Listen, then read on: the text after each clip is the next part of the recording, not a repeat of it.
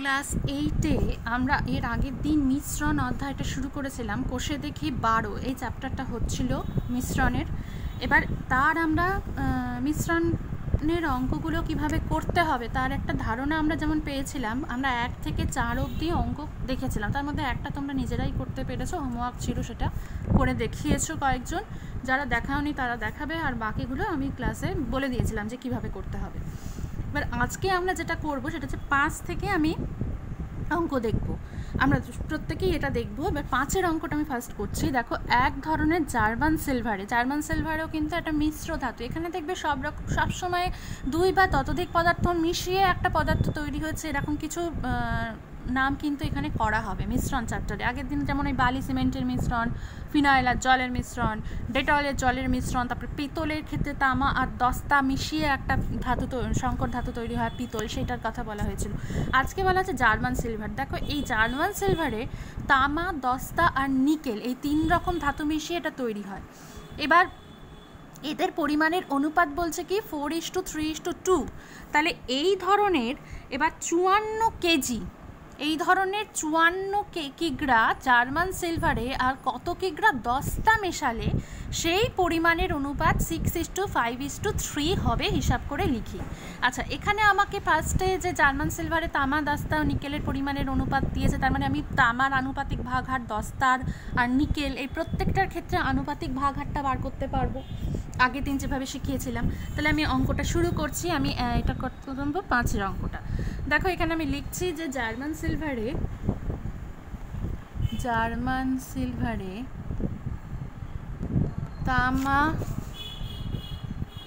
দস্তা ও নিকেলের অনুপাত হচ্ছে কত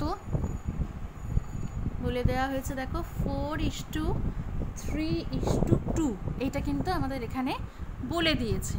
তাহলে আমি লিখব জার্মান সিলভারের তামার আনুপাতিক ভাগ হার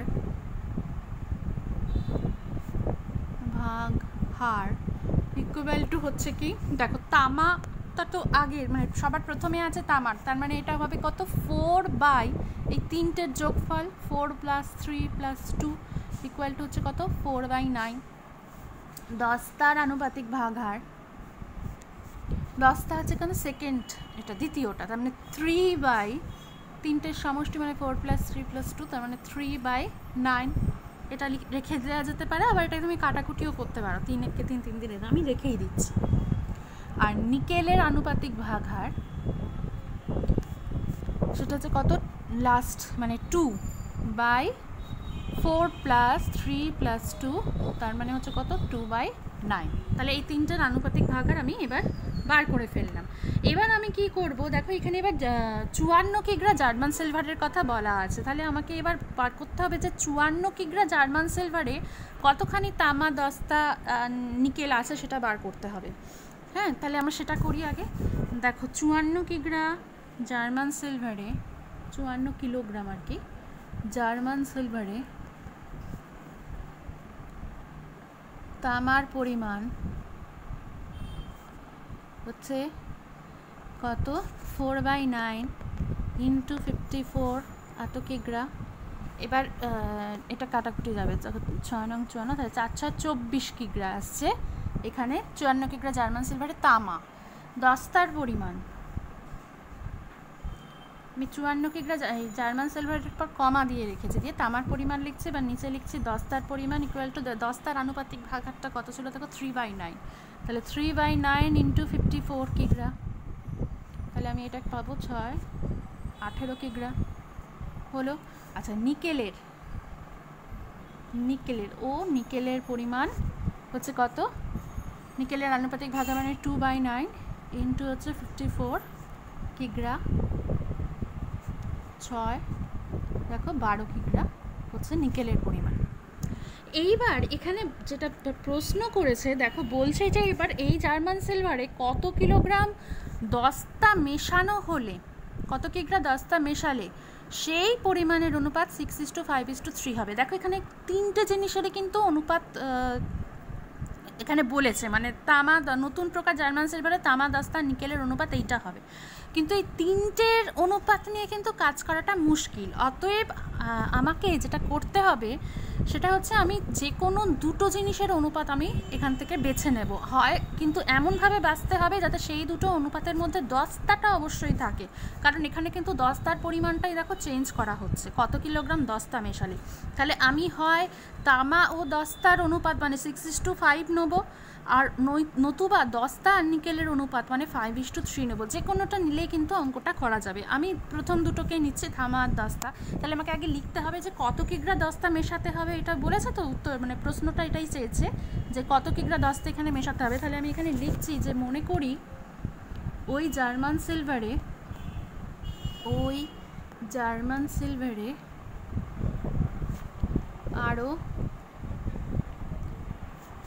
আরও x কিগ্রা দস্তা মেশানো হলো, এটা আমি লিখলাম। ঠিক আছে, তাহলে এবার আমি লিখতে পারি যে নতুন প্রকার জার্মান সিলভারে দস্তার পরিমাণ এটা চেঞ্জ হয়ে যাবে। তামা আর নিকেলের পরিমাণটা কিন্তু একই থাকবে, কিন্তু দস্তার পরিমাণটা কত x কিগ্রা বেড়ে যাবে।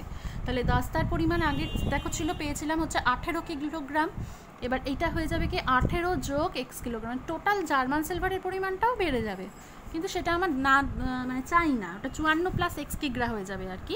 তাহলে সেখানে যা দস্তার পরিমাণ হচ্ছে কত 18 প্লাস x কিগ্রা, এইটা হচ্ছে আমার দস্তার পরিমাণ হবে। এবার আমি যে কোনো একটা দুটো বিষয়ের অনুপাত আমি নেব। এবার আমি দেখো এখানে লিখছি যে প্রশ্নানুসারে হয় তামা ইস্টু দস্তা বা দস্তা ইস্টু নিকেল। তাহলে তামা ইস্টু দস্তা করলে কি হবে 24:18 plus x, 24:18 plus x equal to হচ্ছে কত 6:5। দেখো নতুন প্রকার জার্মান সিলভারে ওই যে তিনটে বিষয়ের যে অনুপাত মানে তামা দস্তা আর নিকেলের যে তিনটে জিনিসের অনুপাত সেটা হচ্ছে কি 6:5:3। তাহলে প্রথম দুটোই আমি নিচ্ছি 6:5 মানে তামা আর দস্তার অনুপাত। তাহলে এইখান থেকে এবার আমি বার করবো এটা এক্সের মান কী করে 24/18 প্লাস এক্স ইকুয়াল টু 6/5, বা এখান থেকে দেখো এটা যেটা আসছে সেটা হচ্ছে কি না যে 6:18 প্লাস এক্স ইকুয়াল টু হচ্ছে কত 5:24, মানে কোনাকুনি গুণ করলে এটাই দাঁড়াচ্ছে, এইটা এদিকে যাচ্ছে এটা এদিকে আসছে, তাহলে কী হবে এইরকম ধরনের জিনিসটা আসবে, বুঝলে। এইবার আমি এখানে যেটা পাবো সেটা হচ্ছে কি না যে 18 প্লাস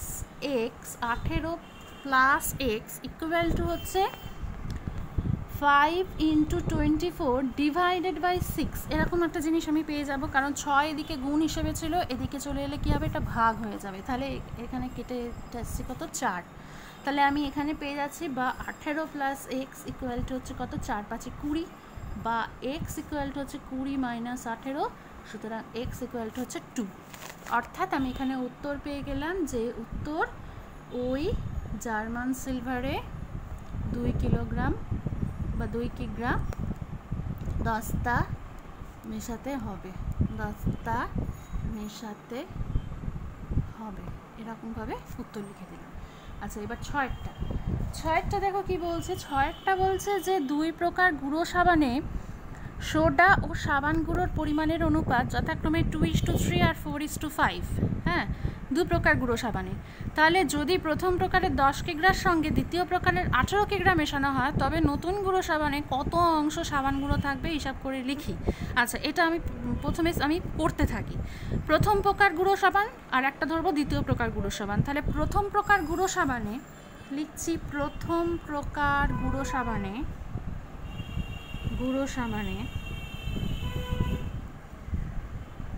সোডা ও সাবান গুঁড়োর অনুপাত, অর্থাৎ সোডা ইস্টু হচ্ছে কত সাবান গুঁড়ো, সেটা কত বলেছে সোডা ইস্টু সাবান গুঁড়ো ইকুয়াল টু দেখো এখানে বলা আছে কত 2:3, এখানে বলা আছে 2:3 প্রথম প্রকারে।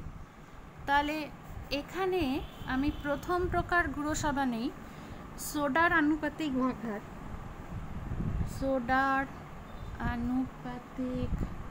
ভাগ হার ইকুয়াল টু হচ্ছে কত, সোডা মানে প্রথমে আছে এটা, তাহলে 2/2 + 3 ইকুয়াল টু হচ্ছে 2/5 এটা আসছে। আর সাবান গুঁড়োর আনুপাতিক ভাগ হার সাবান গুঁড়োর আনুপাতিক ভাগ হার কত আসছে 3/2+3, তার মানে 3/5 এরকম এলো। আচ্ছা, এবার আমি করবো কি দ্বিতীয় প্রকার গুঁড়ো সাবানে। দ্বিতীয় প্রকার গুঁড়ো সাবানে দেখো 4:5 বলেছে সোডা ও সাবান গুঁড়োর অনুপাত। তাহলে দ্বিতীয় প্রকার গুঁড়ো সাবানে সোডা ইস্টু সাবান গুঁড়ো ইকুয়াল টু হচ্ছে কত 4:5। তাহলে দ্বিতীয় প্রকার গুঁড়ো সাবানে সোডার আনুপাতিক ভাগ হার হচ্ছে কত 4/4+5 ইকুয়াল টু হচ্ছে 4/9 এরকম আসছে। আর সাবান গুঁড়োর আনুপাতিক ভাগ হার, সাবান গুঁড়োর আনুপাতিক ভাগ হার হচ্ছে কত 5/4+5 ইকুয়াল টু হচ্ছে 5/9 এরকম এলো, হলো।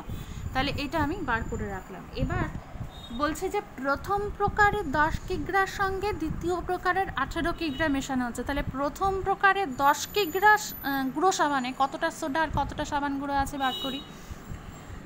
আচ্ছা, এইখানে যেটা বলছে যে নতুন গুঁড়ো সাবানে কত অংশ সাবান গুঁড়ো থাকবে, শুধু সাবান গুঁড়োটা চেয়েছে, তো আমি কিন্তু শুধু সাবান গুঁড়োর পরিমাণটা বার করলেই এখানে চলবে, আমাকে সোডার পরিমাণ এখানে বার করতে হবে না। দু ক্ষেত্রেই আমি টোটাল সাবান গুঁড়োর পরিমাণ কত সেটা বার করব। তাহলে আমি লিখছি যে প্রথম প্রকারের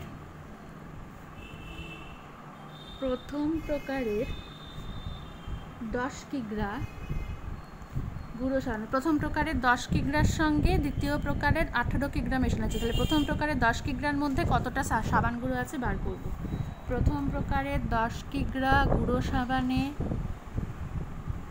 সাবান গুঁড়ো আছে, সোডা আমার এখানে চাইনি তাই আমি না লিখলেও কিছু হবে না, আমি লিখবো না।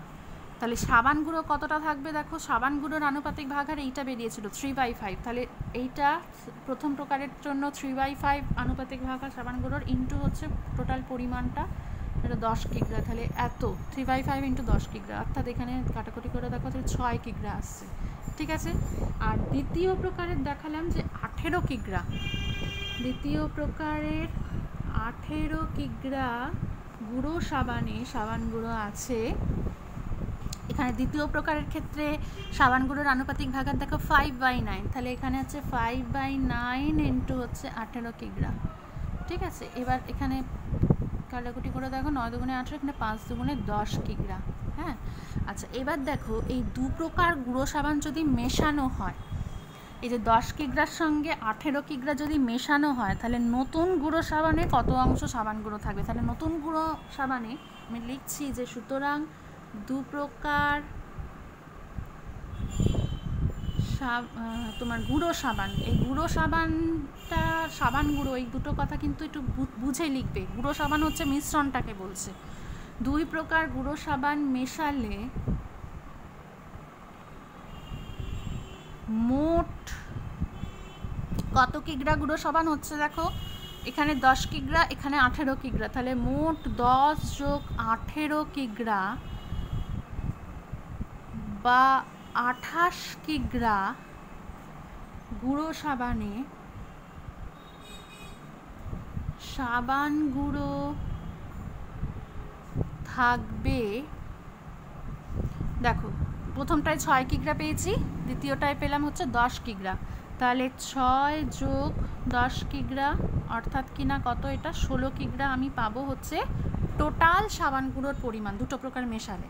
তাহলে এবার আমি এটা 16 কিগ্রা পাচ্ছি। এবার তাহলে কত অংশ সাবান গুঁড়ো তাহলে থাকবে, দেখো সাবান গুঁড়োর পরিমাণ ডিভাইডেড বাই হচ্ছে টোটাল গুঁড়ো সাবানের পরিমাণ, মানে 16/28 অংশ, এটাই তো হয়। অংশ ভগ্নাংশ বার করতে গেলে তো আমরা এইভাবেই বার করি।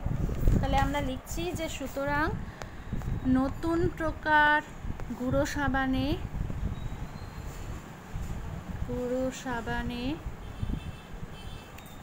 সাবান গুঁড়ো থাকবে কত না 16/28। টোটাল গুঁড়ো সাবানের পরিমাণ ছিল 28 কিগ্রা, তাহলে 16/28 অংশ, এটা আমি লিখবো। তাহলে 4 4 16, এটা 4 7 28, 4/7 অংশ হলো উত্তর বেরিয়ে গেল। তাহলে উত্তর নতুন প্রকার গুঁড়ো সাবানে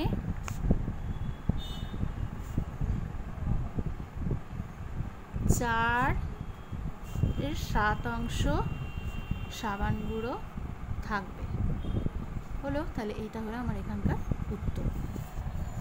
আচ্ছা, হয়ে গেল। এবারে 6টা হয়ে গেল। এবার দেখো 7-7এরটা আমরা পারবো। 7এরটা বলছে যে দুটি সমান আয়তনের পাত্রে যথাক্রমে 1/3 ও 1/4 অংশ ফলের রস ছিল। এবার আমি পাত্র দুটির অবশিষ্টাংশ মানে বাকি অংশ আমরা জল পূর্ণ করে অন্য একটি পাত্রে সমগ্র জল মিশ্রিত ফলের রস ঢাললাম। তাহলে নতুন পাত্রে ফলের রস ও জলের পরিমাণের অনুপাত কত হবে সেটা হিসাব করে লিখি হলো। আচ্ছা, এবার আমি লিখছি এখানটাতে, দেখো যে কোথায় গেল, হ্যাঁ এইটা দেখো, আমি প্রথম লিখছি প্রথম পাত্রে ফলের রস ছিল 1/3 অংশ। তাহলে বাকিটা জল দিয়ে ভর্তি করলে কত হবে, তোমার জল থাকবে কত, 1 বিয়োগ 1/3 অংশ। আমি সমগ্রটা 1 অংশ ধরলে সমগ্র পাত্র 1 অংশ, তাহলে তার যদি 1/3 অংশ ফলের রস থাকে, বাকিটা জল, মানে 1 বিয়োগ 1/3 অংশ। তাহলে আমি এটা করছি 7এরটা। দেখো বলছি যে প্রথম পাত্রে, মানে প্রথম পাত্র আর দ্বিতীয় পাত্র ধরেই আমরা এখানে করব। প্রথম পাত্রে ফলের রস আছে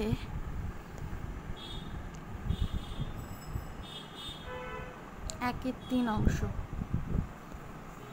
সুতরাং প্রথম পাত্রে জল আছে, বাকি অংশটা জল পূর্ণ করেছে, তাহলে 1 বিয়োগ 1/3 অংশ। তাহলে আমি বিয়োগটা করছি, কত হচ্ছে 2/3 অংশ।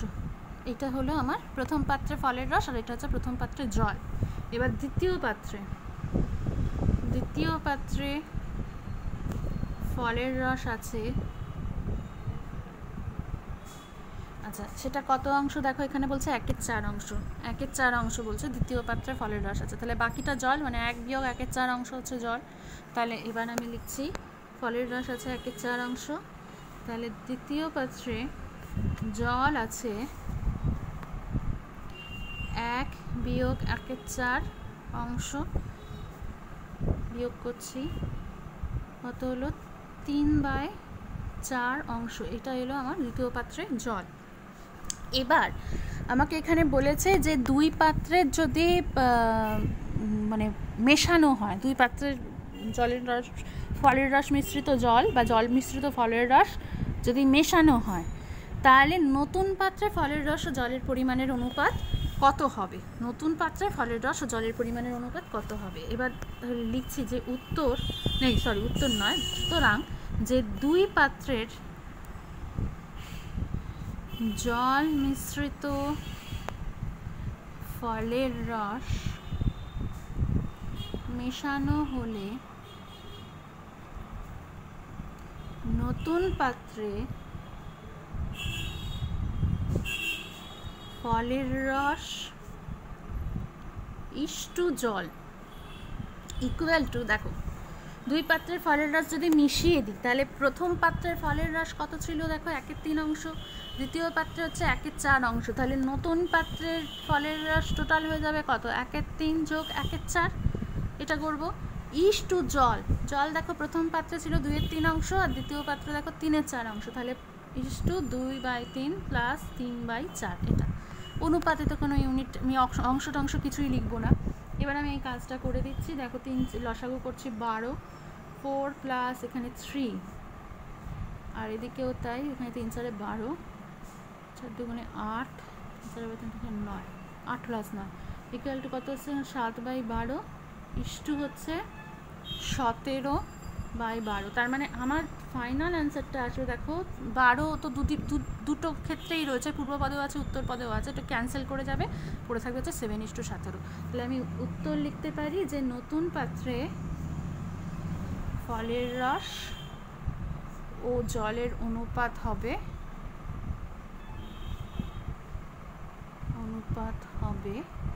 7:17। হয়ে গেল।